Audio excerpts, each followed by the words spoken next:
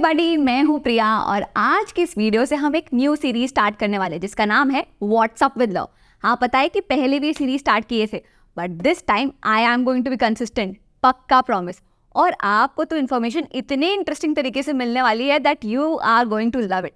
तो जितनी भी वीडियोस मैंने आज तक बनाई है उन सब में सबसे ज़्यादा मीनिंगफुल और बेनिफिशियल ये वीडियो सीरीज होने वाली है, स्पेशली अगर आप किसी भी लीगल एग्जाम की तैयारी कर रहे तो, क्योंकि हर महीने देश और दुनिया में इतने सारे और इम्पॉर्टेंट लीगल डेवलपमेंट होते हैं और एक का दूसरे से कोई रिलेशन नहीं होता है। मतलब एक इसकी बात करेगा तो एक इसकी तो एक इसकी। इसलिए इस वीडियो में हम पूरे महीने की इम्पॉर्टेंट लीगल डेवलपमेंट्स को बहुत ही सरल, सुंदर और आसान भाषा में आपको समझाते हैं ताकि आप इम्पॉर्टेंट चीज़ों को समझ सको और समझ के आगे समझा भी सको। प्लस इस वीडियो के एंड में आपको ये PDF भी मिल जाएगी जिसके नीचे ये इंपॉर्टेंट MCQs दिए हुए हैं। मैं तो बोलूँगी पहले MCQ अटेम्प्ट करना, फिर टॉपिक को पढ़ना, रिटेंशन बढ़ेगा। तो अगर आप ये सोच रहे थे कि शायद इस साल में वो इंपॉर्टेंट कॉम्पिटिटिव एग्जाम नहीं दे पाऊंगा या उसके लिए नहीं पढ़ पाऊंगी, तो एक बार ना पढ़ाई स्टार्ट करने से पहले इस वीडियो को पूरा देख लेना, शायद कॉन्फिडेंस बढ़ जाए। तो चलिए माथे से शिकन को हटाते हैं और वीडियो को स्टार्ट करते हैं। तो देखो, मेरे हिसाब से तो पूरे महीने का सबसे इंपॉर्टेंट और हमारा पहला केस है सुप्रीम कोर्ट का ये important judgment on climate change. तो आप बताना इनमें से कौन सी ऐसी कंट्री है जिसके पास स्पेसिफिक लॉ है क्लाइमेट चेंज के लिए। अब ये बताना क्या ऐसा कोई लॉ इंडिया के पास भी है? जी नहीं। तो इंडिया के पास बहुत सारे इन्वायरमेंटल लॉज तो है, पर क्लाइमेट चेंज के लिए कोई स्पेसिफिक लॉ एग्जिस्ट नहीं करता। तो इस केस पे सुप्रीम कोर्ट ने कहा कि people do have a right to be free from adverse effects, harmful effects of climate change. आपको यहाँ पे ये भी बता दूं कि already article 21 right to clean environment recognise करता है डिफरेंट जजमेंट्स के थ्रू। चलिए जानते हैं कि इस केस का बैकग्राउंड क्या था। तो बात है गुजरात और राजस्थान की, जो critically endangered great Indian bustard का घर है। और ये जो दो स्टेट्स है इनमें सोलार और विंड पावर डेवलपमेंट का भी बहुत पोटेंशियल है। अब ये दोनों बातें रिलेटेड इसलिए है क्योंकि इनकी पॉपुलेशन काफी कम हो रही है। पॉल्यूशन, क्लाइमेट चेंज और इन प्रोजेक्ट्स में यूज की जाने वाली ओवरहेड पावर ट्रांसमिशन लाइंस की वजह से, जिसकी रोक के लिए ये PIL फाइल की गई थी। इससे पहले 2021 के जजमेंट में भी कोर्ट ने रेस्ट्रिक्शंस तो लगाई थी और इन ट्रांसमिशन लाइंस को अंडरग्राउंड लगाने के लिए कहा गया था, पर इसे फॉलो नहीं किया गया। बल्कि गवर्नमेंट का कहना यह था कि ये सारी ओवरहेड ट्रांसमिशन लाइंस को अंडरग्राउंड करना फीजिबल नहीं है, जिस पर सुप्रीम कोर्ट ने कॉन्स्टिट्यूशन की आर्टिकल 48A और आर्टिकल 51A के अंदर स्टेट और सिटीजन्स की ड्यूटी पर एम्फसाइज करते हुए ये कहा।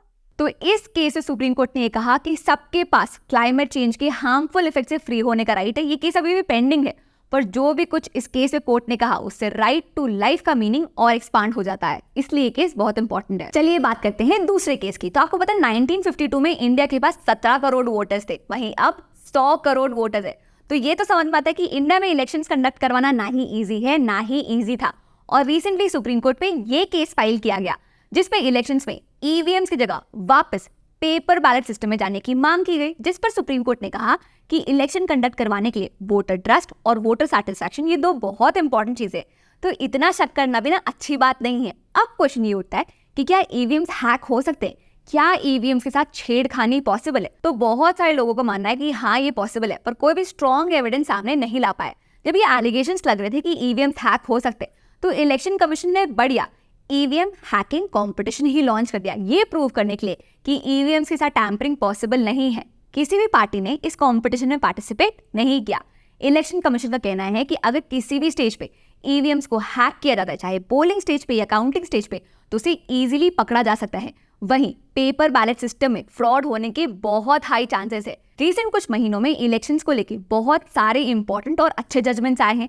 तो अगर आप किसी भी ऐसे एग्जाम्स में प्रिपेयर करें जिसमें recent judgments important role play करते हैं, तो आप मेरा इंपॉर्टेंट जजमेंट्स के इस कोर्स को सब्सक्राइब कर सकते हैं, जिसमें हम सारे रीसेंट जजमेंट्स को बहुत ही अच्छी तरीके से सिंपल वीडियो के थ्रू, अच्छी PDF के थ्रू, MCQs के थ्रू, माइंड मैप्स के थ्रू एक्सप्लेन करते हैं। तो इस कोर्स की लिंक आपको नीचे डिस्क्रिप्शन पे मिल जाएगी। ओ हेलो, ध्यान यही है ना, वो बासी तो नहीं ले रहे, चलो थोड़ा रिलैक्स कर सकते हो क्योंकि थर्ड और फोर्थ बहुत सिंपल जजमेंट्स है पर इंपॉर्टेंट भी है, तो ध्यान यही रखना। आपका थर्ड जजमेंट रिलेट करता है राइट टू प्राइवेसी से।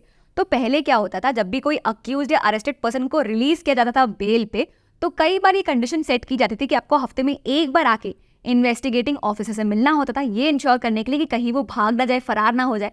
अब डिजिटल इंडिया ने इस सिस्टम को भी बहुत सिंपल कर दिया है। अब जब किसी को बेल मिलती है तो उसे अपनी लाइव लोकेशन अथॉरिटीज के साथ शेयर करनी पड़ती है और यही मुद्दा पहुंच गया सुप्रीम कोर्ट पे। तो यहाँ पे इशू था राइट टू प्राइवेसी का, ये कहाँ रिकॉग्नाइज्ड है? तो हमारे इंडियन कॉन्स्टिट्यूशन का जो आर्टिकल 21 है, जो right to life and personal liberty की बात करता है, वही आर्टिकल राइट टू प्राइवेसी भी रिकॉग्नाइज करता है। सुप्रीम कोर्ट ने कहा कि बेल मिलने पर लाइव लोकेशन अथॉरिटीज के साथ शेयर करने की कोई जरूरत नहीं है, ये राइट टू प्राइवेसी का वॉयलेशन है। अगर इस जजमेंट को आप अपने पेरेंट्स, गर्लफ्रेंड या बॉयफ्रेंड के अगेंस्ट यूज करने का सोच रहे हैं तो बताना, अगर काम आता है तो। All the best. अब आ गए हम चौथे केस में। तो दोस्तों, क्या आपको पता है इंडिया में सबसे लंबे चलने वाले कोर्सेज में से एक है लॉ की डिग्री। 5 साल का कोर्स होता है और ये 5 साल का कोर्स करने के बाद भी आप लॉयर बनते हो। और लॉयर से एडवोकेट बनने के लिए आपको फिर से एक और एग्जाम देनी पड़ती है, AIBE, ऑल इंडिया बार एग्जामिनेशन। और ये केस सुप्रीम कोर्ट पहुंचा लैक ऑफ यूनिफॉर्मिटी के कारण। मतलब किसी स्टेट में अगर बार काउंसिल की एनरोलमेंट फी 40,000 है तो किसी स्टेट में 15,000 है, और लीगली आप 750 रुपीज से ज्यादा चार्ज नहीं ही कर सकते हो। सुप्रीम कोर्ट ने इस केस में कहा कि यूनिफॉर्मिटी बहुत जरूरी है, और अगर फीस बढ़ानी भी है तो ये काम पार्लियामेंट का है। स्टेट बार काउंसिल बहुत सारे काम करती है और 600-700 रुपये पॉसिबल नहीं है, पर अगर लॉ 600 या 700 रुपीज बोलता है तो आप उससे ज्यादा चार्ज नहीं कर सकते हो। अगर आपको आपके स्टेट की एनरोलमेंट फी जाननी हो तो अपना स्टेट का नाम कमेंट करना and we let you know. अब नेक्स्ट इंपॉर्टेंट केस डिस्कस करने से पहले थोड़ा पॉज करते हैं और जल्दी से इंपॉर्टेंट लीगल न्यूज कवर कर लेते हैं। तो सुप्रीम कोर्ट के 75th ईयर ऑफ एग्जिस्टेंस में एक स्मॉल इनिशिएटिव लिया गया जिसका बहुत बड़ा इंपैक्ट होने वाला है। तो अब से सारे एडवोकेट ऑन रिकॉर्ड्स और पार्टीज को उनके जजमेंट से रिलेटेड जो भी इंपॉर्टेंट अपडेट्स है वो डायरेक्टली व्हाट्सएप पे मिलेंगे। तो डिफरेंट कोर्ट में जो केस सुनने वाले हैं उसकी लिस्ट मिल जाएगी, जजमेंट के सारे अपडेट्स मिल जाएंगे और डायरेक्टली व्हाट्सएप पे मिलेंगे। दूसरा, तो आपको पता है लॉ के 2 कोर्सेज होते हैं, एक है 5 साल का कोर्स और एक है 3 साल का कोर्स। 5 साल का कोर्स जो है वो बच्चे स्कूल के बाद ज्वाइन कर सकते हैं, और 3 साल का जो कोर्स होता है वो आप किसी भी स्ट्रीम में ग्रेजुएशन के बाद ज्वाइन कर सकते हैं। तो रिसेंटली सुप्रीम कोर्ट में एक PIL फाइल की गई कि स्कूल के बाद डायरेक्टली 3 साल का कोर्स ज्वाइन करना अलाउड होना चाहिए, जिसमें सुप्रीम कोर्ट ने कहा कि हमें ना लीगल प्रोफेशन में थोड़े मैच्योर लोग चाहिए। तो स्कूल के बच्चों के लिए जो 5 साल का कोर्स का स्ट्रक्चर है ये एकदम सही है। तीसरा, तो सुप्रीम कोर्ट ने कहा कि वो कैंडिडेट्स जो इलेक्शन में खड़े हो रहे हैं उन्हें अपनी एक मूवेबल प्रॉपर्टी पब्लिक में डिस्क्लोज करना जरूरी नहीं है, अनटिल अनलेस वो बहुत लग्जूरियस ना हो। ये जानना वोटर्स का एब्सोल्यूट राइट नहीं है। चलिए कंटिन्यू करते हैं हमारे केसेस के साथ और बात करते हैं इंडिया की न्यू लिकर कैपिटल की। ऐसा मैं इसलिए कह रही हूँ क्योंकि उत्तर प्रदेश ने लास्ट ईयर 50,000 करोड़ का रेवेन्यू जनरेट किया सिर्फ लिकर पर टैक्स लगाकर। तो सुप्रीम कोर्ट पे ये केस पहुंचा जानने के लिए कि क्या इंटॉक्सिकेटिंग लिकर और इंडस्ट्रियल अल्कोहल सेम होता है। दरअसल इस सवाल का जवाब डिसाइड करेगा कि ये जो टैक्सेस जनरेट हो रहे हैं ये किसको जाएंगे। मतलब हु कंट्रोल्स दिल्ली के बाद अब हम डिसाइड करेंगे हु कंट्रोल्स लिकर। चलिए समझते हैं। तो इस केस में सवाल उठा था कि जो टैक्सेस जनरेट हो रहे हैं कि स्टेट गवर्नमेंट को जाएंगे या सेंट्रल गवर्नमेंट को। देखो, इंटॉक्सिकेटिंग लिकर मतलब अल्कोहल जो ह्यूमन कंजम्पशन के लिए सही है, पर industrial liquor impure form of ethanol है जो परफ्यूम्स, फ्यूल्स, क्लीनर्स एक्सेट्रा में यूज होती है और ह्यूमन कंजम्पशन के लिए नहीं है। अब इंडिया के स्टेट्स तो ये कहते हैं कि इन दोनों में कोई डिफरेंस नहीं है, पर कई बार ये देखा गया है कि एक को इलीगल ट्रेड करके दूसरी चीज बनाने के लिए यूज किया जाता है। अब इसमें लॉज क्या कहते हैं? तो हमारे जो 3 लिस्ट हैं जो ये बताते हैं कि सेंटर और स्टेट में कौन क्या कर सकता है, वो लिकर के मामले में ना थोड़ी ओवरलैपिंग है। चलिए समझते हैं। और बस यही कंफ्यूजन खड़ी हो जाती है कि इंडस्ट्रियल लिकर किसके कंट्रोल में है, स्टेट्स के या यूनियन के। 1997 में तो सुप्रीम कोर्ट की 7 जजेस ने कह दिया था कि सेंटर के पास पावर होगी इंडस्ट्रियल अल्कोहल के ऊपर। ये केस अब 2024 में सुना जा रहा है और इसका डिसीजन अभी भी पेंडिंग है। तो लो, हो गया अप्रैल मंथ का लीगल रैप अप। आसान था ना? आ रहा थोड़ा खुद पे कॉन्फिडेंस।